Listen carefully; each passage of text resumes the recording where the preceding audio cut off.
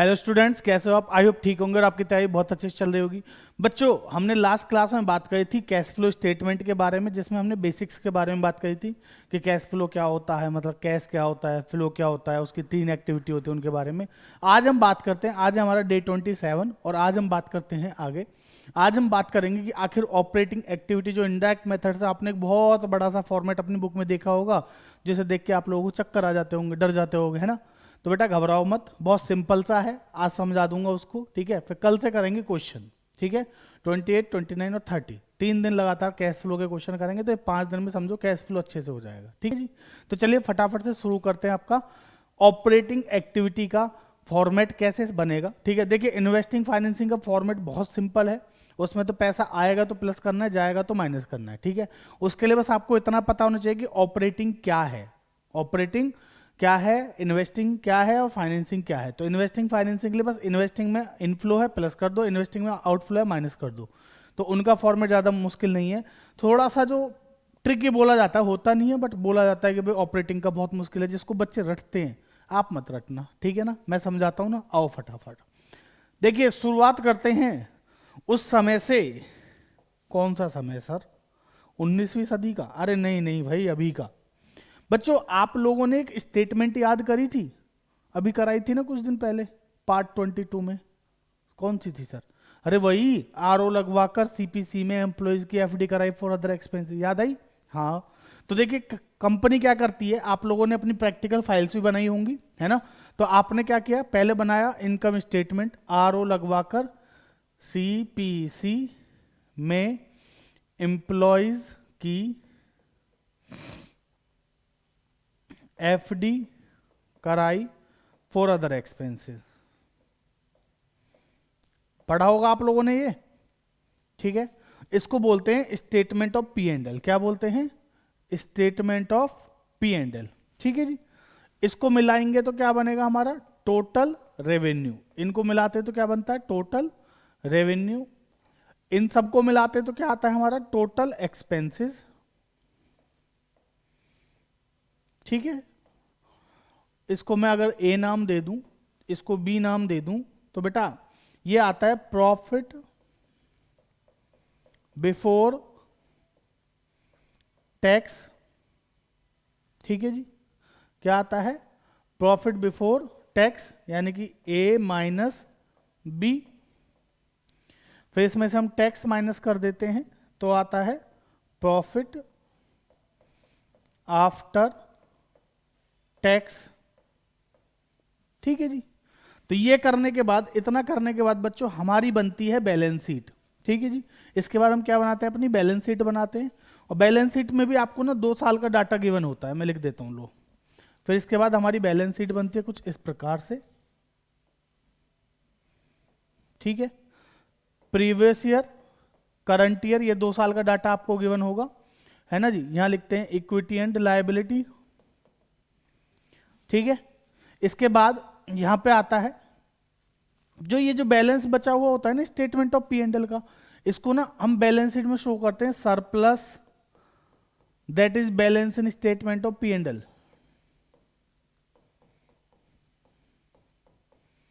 इस नाम से शो करते हैं हम इसको, ठीक है जी। तो ये बैलेंस शीट में ना एक सबसे पहले आता है शेयर होल्डर्स फंड, जिसमें आती है share capital reserve and surplus.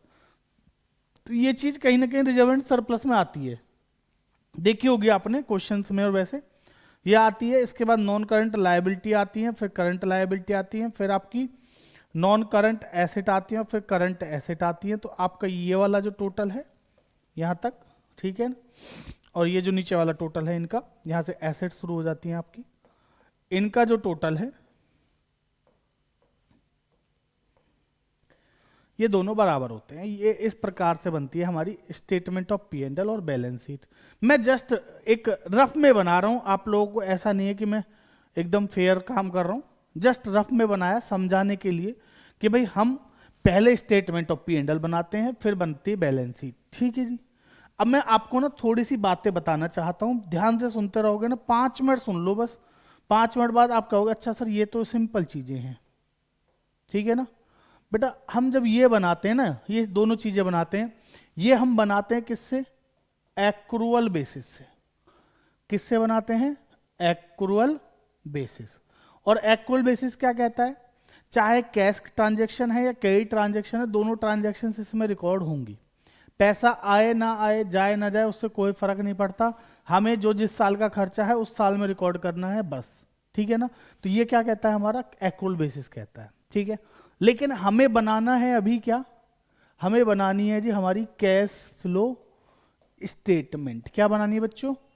Cash flow statement बनानी है। ठीक है जी, कोई दिक्कत नहीं, बना देंगे, है ना जी। कैश फ्लो स्टेटमेंट बनाना कोई बड़ी बात थोड़ी है, बना देंगे। बट बेटा इसके लिए समझो ध्यान से। देखिए मेरे को क्वेश्चन या तो डाटा सीधा सीधा देते, ऑपरेटिंग का जो डाटा है वो भी सीधा सीधा देते कि भाई मैंने इतने का सामान बेचा कैश में, इतने का मेरे को परचेज करा कैश में, कैश वाली चीजें बता दे आपको। मैंने डेटर को इतना पैसा डेटर से आया, क्रेडिटर को इतना पैसा दिया, ऐसे करके अगर सारी बातें बता देगा तो मुझे कोई दिक्कत वाली बात नहीं है। ठीक है जी। बट अगर क्वेश्चन मुझे सिर्फ ये बैलेंस शीट दे दे या ये statement of P and L दे दे, दोनों दे दे या, ठीक है, और आपसे कहे कि इसका कैश का फ्लो बताओ जी, कैश फ्लो स्टेटमेंट बनाओ जी, तो कैसे बनाओगे? तो बेटा दिक्कत हमारे साथ क्या है कि इसके अंदर, इन दोनों चीजों के ही अंदर आर और ये जो स्टेटमेंट है और जो बैलेंस शीट है, इसमें वो सारी चीजें हैं जो कौन सी हैं, चाहे कैश की हैं नॉन कैश की हैं। ठीक है ना, वो सारी ही चीजें हैं। कैश में बेचा है या उधार में बेचा है, तो यहाँ पे रेवेन्यू फ्रॉम ऑपरेशन में जो सेल आती है ना, वो दोनों ही आती हैं। ठीक है ना, तो मेरी बात को बहुत ध्यान से सुनना, मैं पूरे डेप्थ में लेके जा रहा हूँ आपको आज। ठीक है, ये जो बैलेंस शीट होती है ना बच्चों, बैलेंस शीट में पता है क्या आता है? मैंने आपको लास्ट क्लास में कुछ बातें बताई थी, पर मैं अभी उसको थोड़ा डिटेल में समझाना चाह रहा हूँ। बैलेंस शीट में क्या आता है, आपको क्या पता है बैलेंस शीट के बारे में? सब बैलेंस शीट एक शीट होती है जिसमें एसेट्स होती हैं, लाइबिलिटीज होती हैं, फिक्स्ड एसेट्स होती हैं, करंट एसेट्स होती हैं, फिक्स्ड लाइबिलिटी और करंट लाइबिलिटी और कैपिटल वगैरह होती हैं, यही तो चीज़ें होती हैं। ठीक है भाई, ये तो ओके है। बट मैं आपको एक बात बताऊं बेटा, बैलेंस शीट ना, एक तो पहली बात तो सिर्फ बिजनेस की होती है। ठीक है, दूसरी बात, बैलेंस शीट में वो सारी चीज आती है, ध्यान से सुन लेना, बैलेंस शीट में वो सारी चीज आती है जो एक साल में, ये मैंने 1 अप्रैल से 31 मार्च काम किया, इस साल की जितनी भी चीजें बचेंगी, जो बच के मेरे साथ कैरी हो रही हैं अगले साल में, जो बैलेंस शीट में जो इस साल के एंड में 31 मार्च को अगर कोई चीज ऐसी थी कि भाई यूज हुई खत्म हो गई, यहीं पर वो बैलेंस शीट में नहीं आएगी। कोई फर्नीचर था ऑब्सोलीट हो गया, खराब हो गया, तो मेरे अगले साल की बैलेंस शीट में उसका काम ही नहीं, खत्म कर दूंगा मैं उसको पी&एल में डाल के, लॉस हो जाएगा। ठीक है ना, तो बैलेंस शीट में नहीं आएगा। तो बैलेंस शीट में आता ही क्या है, इस बात को समझ लो ध्यान से, कोई नहीं बताएगा आपको, मैं बता रहा हूं। बैलेंस शीट में क्या आता है बेटा, इस साल से बच के जो चीज अगले साल में जाएगी, 31 मार्च से जो चीज मेरे साथ 1 अप्रैल को जाने वाली हैं, वो सारी ही चीजें बैलेंस शीट में आती हैं। क्या बात कर रहे हो सर? बिल्कुल सही बात कर रहा हूं बच्चों, ध्यान से समझो, फिर से कह रहा हूं, इस साल से अगले साल में ट्रांसफर होने वाली जितनी भी चीजें हैं वो बैलेंस शीट में आएंगी, या तो वो मेरी एसेट है या मेरी लाइबिलिटी है। कभी भी कोई खर्चा, कोई एक्सपेंस, कोई इनकम आपकी बैलेंस शीट में नहीं आएगी, आपकी एसेट और लाइबिलिटी आएंगी। और एसेट और लाइबिलिटी वही है जो चीजें यहां बच गई। कोई इनकम थी मेरी, मुझे मिलना था पैसा, मिल गया, तो यहीं खत्म उसका काम। इनकम थी, मिलनी थी, मिली नहीं, कब मिलेगी? अगले साल, तो मेरी क्या बन गई? एसेट। तो भाई पैसा अभी बचा हुआ जो है 5,000 रुपए बचे हुए हैं ना, तो ये पैसा वो है जो अभी मिला नहीं है, कब मिलेगा? अगले साल में। तो मैं उसको नाम को लिखूंगा ना, डेटर के नाम को, तो अगले साल में लेके जाऊंगा उस बैलेंस को 5,000 को, तो वो मेरी बैलेंस शीट में आएगा। तो मेरी इस बात को ध्यान से समझ लो, बैलेंस शीट में से वही आइटम आती हैं जो इस साल की बच के अगले साल में मेरे साथ ट्रांसफर होकर जाती है, वो बैलेंस शीट में आती है। ठीक है जी, ठीक है सर, इतनी बात समझ में आ गई। तो बेटा ये जो करंट एसेट और करंट लायबिलिटी है ना, खासकर मैंने आपको बताया था लास्ट क्लास में कि करंट एसेट में 2 चीजों को छोड़ देना, कैश एंड कैश इक्विवेलेंट, और उसके बाद क्या था? Current investment. वो किसका पार्ट है? कैश एंड कैश इक्विवेलेंट का। उसके अलावा जितनी भी चीजें थी वो किसका पार्ट थी? मैंने ऑपरेटिंग बोली थी। ये स्टेटमेंट ऑफ पी&एल तो पूरा ऑपरेटिंग बताया ही था आपको। ठीक है ना, तो मैं फिर से लिख देता हूं, आप लोग कभी भूल गए हो उस दिन वाली बात को। मैंने आपको बताया था भैया, share holder fund, non current liability plus short term borrowing, ये किसका पार्ट है मेरा? ये तीनों ही चीजें किसका पार्ट है? बताओ जी, फाइनेंसिंग का। नॉन करंट एसेट्स किसका पार्ट है? इन्वेस्टिंग का। और भैया ये जो है ना, ये मैंने आपको बताया था ऑपरेटिंग का। ठीक है, अगर आपने पिछली वीडियो देखी होगी तो ये चीज आपको पता होगी। ठीक है जी, लेकिन बच्चों अब ध्यान से समझो, ये जो सारी चीजें आपको यहां पे दिखाई दे रही है ना, ये ऑपरेटिंग की तो हैं, बट इसके अंदर इस पूरे statement of P and L में जो मेरे पास प्रॉफिट आया, लेट्स सपोज 8 लाख रुपए का प्रॉफिट आया, हमारा प्रॉफिट कितने का आया? 8 लाख का। बेटा देखो मैं डिटेल में समझा रहा हूं, हो सकता है थोड़ा लेंदी लगे आपको, है ना, बस थोड़ी सी हिम्मत करके ना थोड़ा सा कंटिन्यू देख लो, आपको चीजें बिल्कुल क्लियर हो जाएंगी, ठीक है ना। मेरा प्रॉफिट कितने का? 8 लाख का, बट मैं चेक कर रहा हूं मेरे पास पैसा तो है ही नहीं 8 लाख रुपया। भाई 8 लाख कैसे आया? अरे सिंपल सी समझो यार, 8 लाख रुपए तो आएंगे ही ना भाई, जब मैं यहाँ पे उधार वाली सेल भी लिख रहा हूँ, नगद वाली भी लिख रहा हूँ, खर्चे भी सारे लिख रहा हूँ, तो मेरे पास 8 लाख रुपए शो करेंगे। हो सकता है मेरे पास कैश इससे ज्यादा हो, हो सकता है कम हो, ठीक है ना। तो मुझे सिर्फ और सिर्फ कैश वाली चीजें लेनी है, ठीक है। तो मुझे यहाँ से पहले स्टेटमेंट, ये जो revenue from reserve and surplus में, क्योंकि ये वाला जो प्रॉफिट है ना, ये सरप्लस वाला, कहीं ना कहीं रिजर्व एंड सरप्लस में मुझे यहाँ से वापस कहाँ आना है, इसका सिर्फ कैश निकालना है। ऑपरेटिंग में सिर्फ क्या चाहिए मुझे? कैश वाली चीजें चाहिए, ठीक है। तो मैं लिखता हूं यहाँ पे ऑपरेटिंग एक्टिविटी पहले। बेटा ऑपरेटिंग एक्टिविटी ध्यान रखना बस, ठीक है। ऑपरेटिंग में आपको सिर्फ याद रखनी है 4 चीजें। क्या क्या सर? पहले नंबर पे net profit before tax and extra ordinary item, ठीक है जी। इसके बाद दूसरा operating profit before working capital changes, ठीक है जी। और तीसरा बेटा ये आएगा, इसके बाद ये आएगा, इसके बाद आएगा कैश जनरेटेड फ्रॉम ऑपरेशन।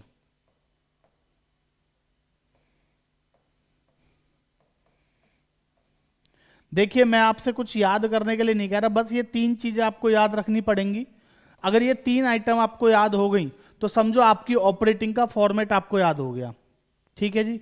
इसके बाद बस यहां पे क्या करना, लाइन खींच लेना, लो बन गया आपका ऑपरेटिंग एक्टिविटी का फॉर्मेट, ठीक है जी। यही तो होता है, ये 3 मेन हेडिंग्स हैं जो आपको याद रखनी पड़ेंगी, ठीक है। बस इनके अंदर क्या आता है मैं ऐसे समझा दूंगा, आप कहोगे अच्छा ये तो बहुत आसान है, सुन लो बस। ये 3 मेन हेडिंग आपको याद रखनी है। सबसे पहले हमें क्या निकालना है? Net profit before tax and extra ordinary item. Simple समझो बच्चों, मैं कहीं ना कहीं यहां पे क्या करके आया हूं, इसको समझो जरा। मैंने क्या किया, इनको प्लस करा, रेवेन्यू, टोटल रेवेन्यू तभी तो आया, इनकम प्लस करी, खर्चे सारे माइनस करे, तो मैं आया प्रॉफिट बिफोर टैक्स पे। फिर मैंने टैक्स माइनस करा तो आया मैं प्रॉफिट आफ्टर टैक्स पे, ठीक है।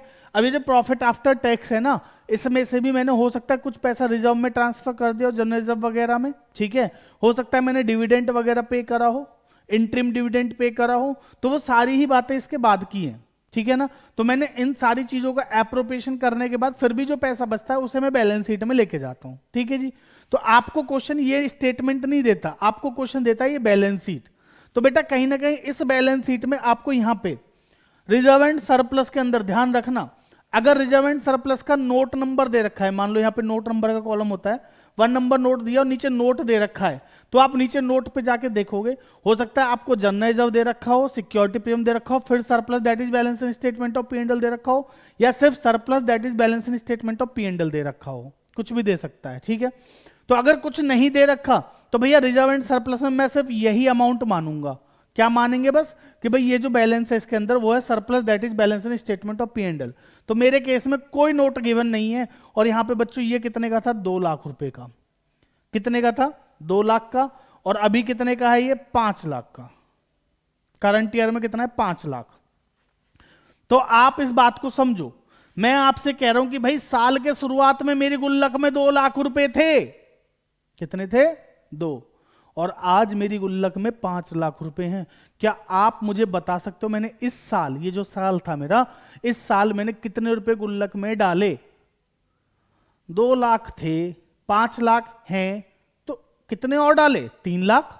क्या इसमें कोई नई बात है? नहीं। ये बेटा 3 लाख कुछ नया नहीं है, ये इस साल का प्रॉफिट है कि मैंने इस साल कितना प्रॉफिट कमाया। तो वो प्रॉफिट मिलता ही कहां से है, मुझे इस बैलेंस शीट से मिलता है। अगर ये प्रॉफिट लेके मैं यहां पे आ जाऊं तो कहीं ना कहीं मैं यहां पहुंच गया। बिल्कुल सही बात है जी। तो बेटा सबसे पहला काम आपको जब इस फॉर्मेट में जो गिवन होता है ना, आपको क्या करना है, सबसे पहले मैंने सिंपल इस साल का प्रॉफिट निकालना है जो बैलेंस शीट में गया है, ठीक है ना। तो closing surplus that is balance in statement of P and L, पूरा लिख लेना, in statement of P and L. उसमें से बच्चों माइनस किसको कर देंगे, ओपनिंग, ये ठीक है जी। तो मेरा इस साल का मिल जाएगा। बस मैं अब आगे कुछ नहीं लिखने वाला, मैं बस ये एक चीज समझा रहा था आपको कि भाई एक तो ये आ गया, ठीक है जी, ओके ठीक है। अब इधर सुनो, ठीक है ना, ठीक है। अब सुनो, इससे मेरे को क्या मिल गया बच्चों, ये मिल गया, ठीक है। अब मेरी बात सुनना, अगर मैंने कोई चीज सीधे आ रहा था, जब मैं यहां पे आया, ये प्रॉफिट आफ्टर टैक्स के बाद में सरप्लस जो आया, उसके बीच में मैंने कुछ चीजें माइनस करी थी, मैंने जर्नलिज्म में पैसा ट्रांसफर करा। भाई सिंपल सी बात है, मैंने अगर 5 लाख रुपए कमाए, मान लो मैंने 5 लाख कमाए, मैं 5 लाख रुपए बांट दूंगा क्या, नहीं। अरे उसमें से कुछ पैसा अपने बुढ़ापे के लिए भी तो रखूंगा, सारा पैसा बच्चों को नहीं दे देंगे ना जी, समझ रहे हो। तो बेटा मैंने उस 5 लाख में से मान लो 1 लाख रुपया जर्नलिज्म में ट्रांसफर कर दिया। सर हमें कैसे पता चलेगा जर्नलिज्म में कितना ट्रांसफर करा है, मैंने अभी थोड़ी देर पहले बताया था बच्चों, इसका नोट दे रखा होगा नीचे बैलेंस शीट में, है ना, इसका नोट टू अकाउंट होगा, उस नोट टू अकाउंट में जाके देखना, जर्नलिज्म ओपनिंग में मान लो 1 लाख है, क्लोजिंग में 2 लाख है, तो इस बार कितना ट्रांसफर करा, सर 1 लाख से 2 लाख हुआ, 1 लाख बढ़ गया, तो इसका मतलब इस बार हमने 1 लाख रुपए और ट्रांसफर कर दी जर्नलिज्म में। बात समझ में आ रही है ना। तो बेटा इस बार मैंने जो जर्नलिज्म में पैसा ट्रांसफर करा है, क्या वो पैसा मेरे पास से कहीं गया, नहीं। क्या वो पैसा ऑपरेटिंग का है, हाँ, तो भैया उसको वापस क्या कर लो, वहां से वापस ले लो। भाई जर्नलिज्म का पैसा वापस ले आओ, तो उसको वहां पे क्या कर देंगे, सर पहले माइनस किया था, अब क्या करेंगे, प्लस। बच्चे कहते हैं सर पहले कब, अरे जब इसको बना रहे थे, जब statement of P and L को बना रहे थे, जो चीजें माइनस करी थी और ऑपरेटिंग की नहीं है या माइनस पैसा गया नहीं है, उनको वापस प्लस करना पड़ेगा, ठीक है। जिन चीजों में पैसा खर्च ही नहीं हुआ उनको माइनस कर रखा है, तो भाई वापस ऐड कर दो। बात समझ में आ रही, ये पैसा दिया ही नहीं किसी को, फिर भी माइनस कर रखा है, तो वापस प्लस कर दो, प्लस कर रखा है तो माइनस कर दो, उल्टा चलना है आपको, बस इतना समझ लो, ठीक है जी। तो बेटा जर्नलिज्म वगैरह को यहाँ प्लस कर देंगे, ठीक है। अच्छा हमने ना प्रोविजन बनाया टैक्स का, भाई बिफोर टैक्स चाहिए ना, आफ्टर टैक्स है बिफोर टैक्स चाहिए, तो क्या करना पड़ेगा, टैक्स को वापस माइनस, ऐसे ही एक्स्ट्रा ऑर्डिनरी आइटम्स को क्या करना पड़ेगा आपको, प्लस या माइनस। तो बेटा सिंपल समझो, जर्नलिज्म पहले क्या किया था, माइनस, अब क्या कर दोगे यहाँ प्लस, ठीक। प्रोविजन फॉर टैक्स पहले क्या किया था, माइनस, अब क्या कर दोगे, प्लस। डिविडेंड पेड सब पे किया, इसका मतलब पहले क्या किया था, माइनस का पार्ट है किसका, फाइनेंसिंग का, तो यहां पे क्या करना पड़ेगा, वापस प्लस, ठीक है जी। इंटरिम डिविडेंड पेड पहले क्या किया था, माइनस, अब क्या करोगे, प्लस। बात समझ में आ रही है। रिफंड ऑफ टैक्स, यानी कि मेरे को टैक्स का रिफंड आया, तो मैंने क्या किया होगा, पहले प्लस किया होगा, अब क्या करना है आप बताएंगे कमेंट सेक्शन में, ठीक है। ये करने के बाद मेरा आ गया net profit before tax and extra ordinary item. बेटा इसके अंदर मुझे ये सारी आइटम एडजस्ट करनी है जो मैंने आपको बताई हैं। देखिए मैं लिखवाने वाला बिल्कुल नहीं हूं, आप इसको समझ लो, ठीक है। क्वेश्चंस कराते टाइम में मैं आपको जरूर समझाऊंगा, बट अभी भी मैं आपको पूरी चीजें समझा रहा हूं। भाई जो चीजें मेरे काम की नहीं है, यहाँ पे मैंने पैसा गया ही नहीं कहीं, ऑपरेटिंग में जाता तो ठीक है, मैं माइनस कर रखी तो माइनस ही रहती, प्लस करिए प्लस रहती। जब मेरे पास से पैसा गया ही नहीं, मैंने फिर भी माइनस कर रखा है, तो भी गलत है ना, उसको वापस क्या कर लो, प्लस, ठीक है ना। मेरे पास पैसा आया ही नहीं, मैंने प्लस कर रखा है, तो उसको क्या कर लो, माइनस। सिर्फ एडजस्ट करना उन चीजों को, ठीक है। अच्छा उसके बाद यहां पे क्या करते हैं बच्चों, यहां पे करते हैं हम एडजस्टमेंट ऑफ, लिख रहा हूं, एडजस्टमेंट करेंगे यहां पे of non cash and non operating items की। हर वो आइटम जो नॉन कैश की है और नॉन ऑपरेटिंग की है, उनको क्या करना है, एडजस्ट करना। और एडजस्ट करने का तरीका वही सिंपल है, जिनको पहले माइनस किया था अभी प्लस करेंगे, जिनको प्लस किया था अभी माइनस करेंगे, याद रखना, ठीक है जी। आओ याद दिलाता हूं। बेटा कल परसों जब पढ़ा रहा था ना, तो ये दो चीजें थी मेरी मेन, ओ और एफ। एफ में आती है फाइनेंस कॉस्ट। इंटरेस्ट पेड कौन सी एक्टिविटी का पार्ट है? सर पिछली क्लास में बताया तो था। अच्छा, इंटरेस्ट पे किया जाता डिवेंचर पे, डिवेंचर किसका है? फाइनेंसिंग का पार्ट है ना? अच्छा, तो इंटरेस्ट भी किसका होगा? फाइनेंसिंग का होगा, उसकी एंसिलरी आइटम है। तो सर ये जो इंटरेस्ट यहाँ पे कहीं ना कहीं इसमें इंटरेस्ट पेड लिखा होगा, तो ये किसका पार्ट है? फाइनेंसिंग का। बट मैंने किसमें लिख रखा है? ऑपरेटिंग का। मैंने तो ऑपरेटिंग दिखा रखा है क्योंकि ये तो ऑपरेटिंग का पार्ट है ना जी। ओ, तो सर ये जो इंटरेस्ट पेड है तो किसका? फाइनेंसिंग का। लेकिन मैंने यहां पे क्या कर रखा है? इसको खर्चा है तो क्या किया होगा? माइनस। तो सर अभी कहीं ना कहीं यहां पे क्या करेंगे इसको, इस वाले में प्लस, क्योंकि ये नॉन ऑपरेटिंग आइटम है। बात समझ में आ रही है ना? वाइवा में सवाल भी पूछे जाते हैं ऐसे, समझ लो इसलिए। तो यहां पे इसको क्या कर देंगे? प्लस कर देंगे। ठीक है जी, बिल्कुल सही बात है। जैसे ये डेप्रीशिएशन और अमोर्टाइजेशन दिख रहा है जी, D for depreciation and amortisation. Sir depreciation में कौन सा पैसा खर्च होता है? नहीं होता ना, पता है ना आपको? हाँ सर पता है, नहीं होता। जब डेप्रीशिएशन में पैसा खर्च ही नहीं होता, अमोर्टाइजेशन में पैसा कहीं पे ही नहीं करते, फिर माइनस क्यों किया हमने? सर ये तो एक्रूअल बेसिस से बनता है, यहाँ तो माइनस करना बनता ही है, यहाँ तो माइनस करना बनता है। लेकिन सर यहाँ पे जब कैश फ्लो बनाओगे तो वापस प्लस करना पड़ेगा ना, समझ रहे हो ना? देखिए आपको लॉजिक समझ में आना चाहिए बस। अगर आप लॉजिक समझ गए, देखिए मैं आपको बताऊं बच्चों, हर बच्चे की ना आदत रटने वाली नहीं होती है, ठीक है? जिन बच्चों को सिर्फ पास होना है ना, उनको तो देखो रटे बिना काम नहीं चलेगा, वो तो बस रट लेंगे ना चीजों को, वो उनके लिए ठीक है। अब मैं नहीं मानता कि हमारे 80% बच्चे रटने वाले तो नहीं होंगे, 20% मैं कह सकता हूं रटने वाले, 80% पढ़ने वाले होते हैं। समझ में आ रही है बात? तो बेटा ये वीडियो 80% बच्चों के लिए जो समझ के करना चाहते हैं, जो 20% बच्चे रट के देखना चाहते हैं, रटने वाले ना, मैं पक्का कह रहा हूं आप बोर हो गए होगे, आप वीडियो को यहीं बंद कर दो अपना, जैसे आप दूसरे तरीके से देख लीजिए। रटवाने वाले और बहुत चैनल हैं, ठीक है? न्यूमोनिक्स बना के बहुत से लोग हैं जो रटवाते होंगे। भैया ये चैनल सिर्फ आपको चीज़ों को डेप्थ में समझाने के लिए, ठीक है? हाँ, अगर आपको भी चाहिए कि नहीं सर हमें भी, हमारा भी थोड़ा सा देखो सर, हमें जस्ट पास होने वाले हैं, तो भाई आपके लिए मैं देख लो, मैंने पहले भी बोला था फिर बोल रहा हूँ, आज 1000+ सब्सक्राइबर हो चुके हैं। जनवरी के एंड तक आप लोग शेयर कर दीजिए, 1500 करा दीजिए। मैं आपके लिए 0 टू हीरो, जिनको बिल्कुल नहीं आता उनको 10 दिन में इतना करा दूंगा कि वो पास हो जाएंगे, ठीक है जी? अगर आप यहाँ तक वीडियो में पहुंच गए हो तो यह बात आपको समझ में आई गई होगी, ठीक है? तो जिनको समझ में आ रहा है वो समझते रहो बेटा। सुनो, बुरा मत मानना भाई, बुरा मान रहे हो ना तो गलत बात मानी जाएगी, समझो, ठीक है बच्चों? तो जो चीजें सर हमारी यहाँ पे, हमने यहाँ डेप्रिसिएशन क्या कर रखा है? माइनस किया था, लेकिन सर ये तो नॉन कैश आइटम है, तो इसको वापस क्या कर देंगे? प्लस। तो इसका एकदम इफेक्ट क्या हो गया? 0। सिंपल। मैंने 10,000 पहले क्या कर रखे थे? माइनस किए थे, अब वापस 10 प्लस कर दूंगा तो नेट इफेक्ट क्या हो जाएगा? 0 हो जाएगा। समझ में आ रही है बात? ऐसे ही यहाँ पे फाइनेंस कॉस्ट में इंटरेस्ट पेड किसका पार्ट है? फाइनेंसिंग का। तो सर ऑपरेटिंग में क्या कर देंगे इसको? वापस प्लस। तो कहीं ना कहीं फाइनेंसिंग में क्या कर देंगे इसको? माइनस। जो चीज जहां की है वहां के हिसाब से करेंगे, ठीक है भाई? हम एनालाइज यही तो कर रहे हैं कि भाई हमने ऑपरेटिंग से कितना कमाया, इन्वेस्टिंग में कितना इनफ्लो आउटफ्लो हुआ, फाइनेंसिंग में कितना इनफ्लो आउटफ्लो, एनालाइज ही तो कर रहे हैं बेटा। ऑपरेटिंग का इनफ्लो अच्छा, इन्वेस्टिंग का आउटफ्लो अच्छा, और फाइनेंसिंग का आउटफ्लो अच्छा। क्यों सर? बेटा कर्जा लेना अच्छी बात नहीं होती, पता है ना आपको? तो फाइनेंसिंग का इनफ्लो मतलब कर्जा लेना, ठीक है ना? अच्छा, क्या अपनी एसेट्स को बेचना अच्छी बात है? मेरे पास सोना रखा हुआ है?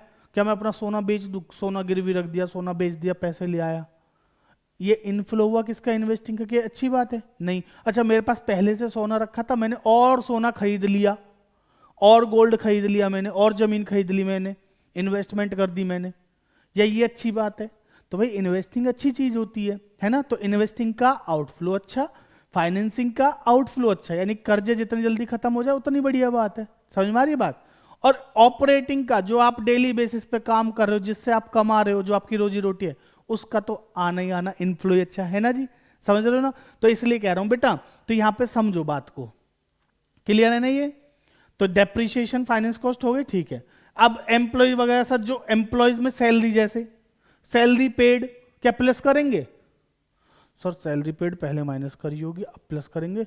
भाई सुन लो, पहले कान खोल के सुन लो, सैलरी पेड है, ऑपरेटिंग का ही पार्ट है, ये तो माइनस ही होनी थी, माइनस ही तो होनी थी। हाँ, तो माइनस ही तो कर रखी है।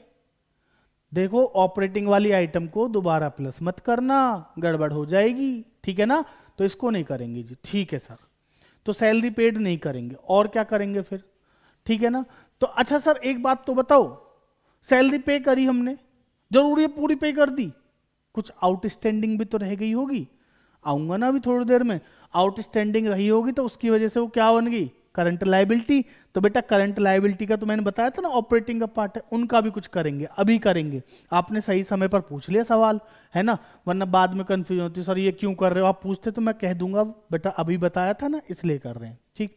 अच्छा ओ पे क्यों लगाया, O for other income, rent received, मुझे रेंट मिला, मैंने मकान खरीद रखा है, उस पर रेंट मिला, इनकम तो है, हाँ पैसा तो आया, हाँ, बट क्या ऑपरेटिंग का पार्ट है ना, रेंट तो भाई मैंने जो इन्वेस्टमेंट कर रखी है वहां से मिला, तो इन्वेस्टिंग का ही पार्ट है, तो भाई ये नॉन ऑपरेटिंग हो गई ना।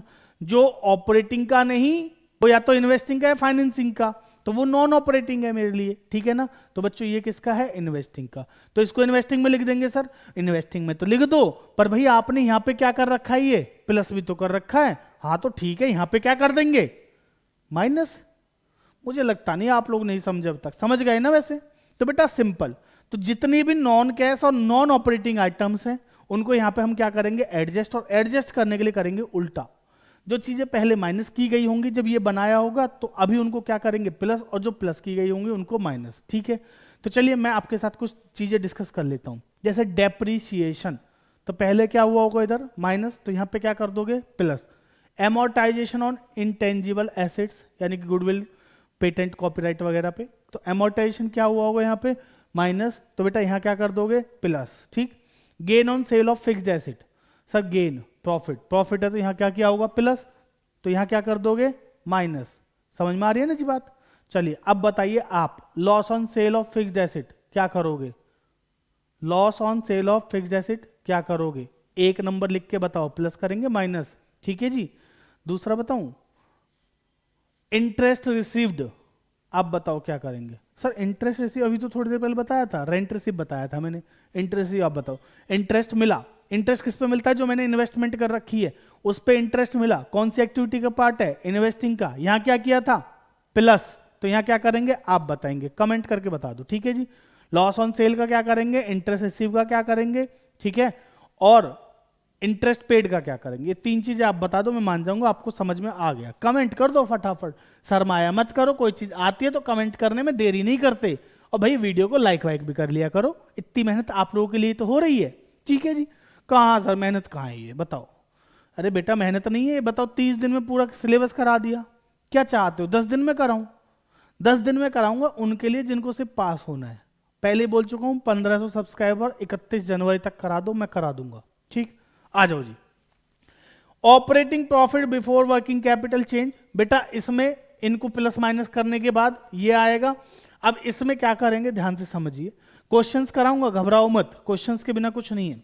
Operating profit before working capital change में सिंपल लिखूंगा आपके लिए, करंट एसेट्स का इनवर्स रिलेशन,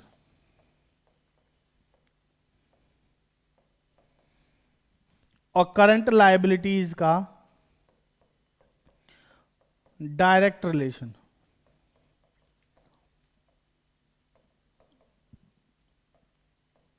सर इनको क्यों प्लस माइनस कर रहे हो, अभी थोड़ी देर पहले आपने तो पूछा था कि सर अगर सैलरी पे नहीं करी तो, पूरी नहीं पे करी तो, भाई सैलरी पूरी पे कर देते तो कोई दिक्कत नहीं थी, वहां माइनस होनी थी, हो गई माइनस, ओके।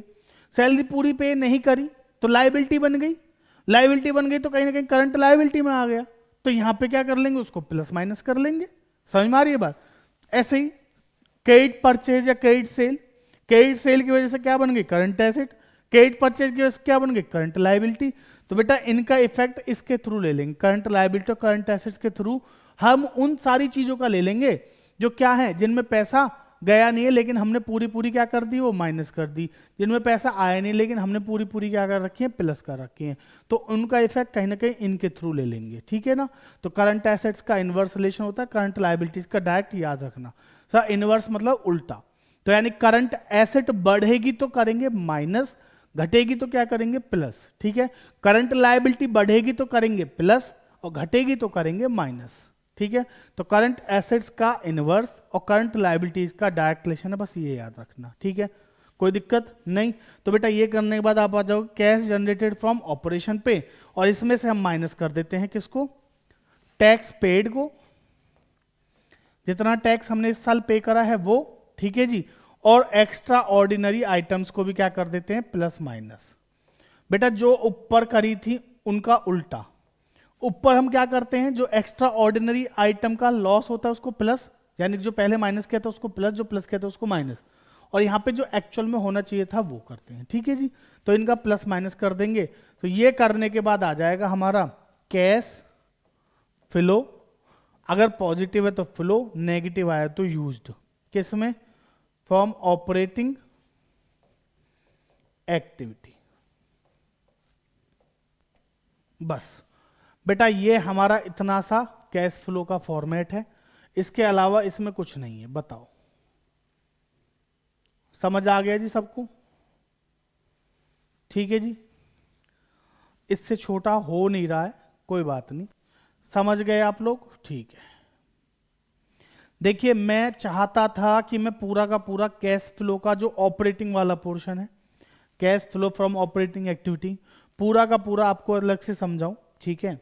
तो इसीलिए मैंने आपको ये कराया भी है। बात समझ में आ गई जी, कोई दिक्कत यहां तक, समझ में आ गया। तो इसीलिए मेरा मन था कि मैं पूरा पूरा कैश फ्लो पहले ऑपरेटिंग वाला समझा दूं आपको, वो मैंने समझा दिया। अब मैं पहले आपको कल ऑपरेटिंग के, इन्वेस्टिंग और फाइनेंसिंग के क्वेश्चन कराऊंगा अलग अलग, क्योंकि इस बार चांसेस हैं कि दो एक्टिविटी कोई भी हो सकता है, ऑपरेटिंग इन्वेस्टिंग, इन्वेस्टिंग फाइनेंसिंग, या फाइनेंसिंग ऑपरेटिंग, कोई भी दो एक्टिविटी आ जाए। तो इसीलिए मैं आपको कह रहा हूँ कि पहले मैं आपको समझाऊंगा, कल दो तीन उनके क्वेश्चन कराऊंगा, उसके बाद मैं आपको आगे कराऊंगा तीनों एक्टिविटी वाला क्वेश्चन, ठीक है जी। तो अगली 3 क्लासेज में हम करेंगे सिर्फ और सिर्फ इसके क्वेश्चंस। आई होप आपकी तैयारी बहुत अच्छे से चल रही होगी। तो ये था हमारा डे 27। कंटिन्यू आगे बने रहने के लिए कर लीजिए चैनल को सब्सक्राइब, वीडियो को कर दो लाइक, ठीक है जी। समझ में आ गई बात, चलिए। यहाँ तक आप लोगों का 1000 सब्सक्राइबर तक सपोर्ट करने के लिए बहुत बहुत धन्यवाद है, ठीक है जी। चलिए बच्चों मिलते हैं अगली क्लास में, तब तक के लिए धन्यवाद।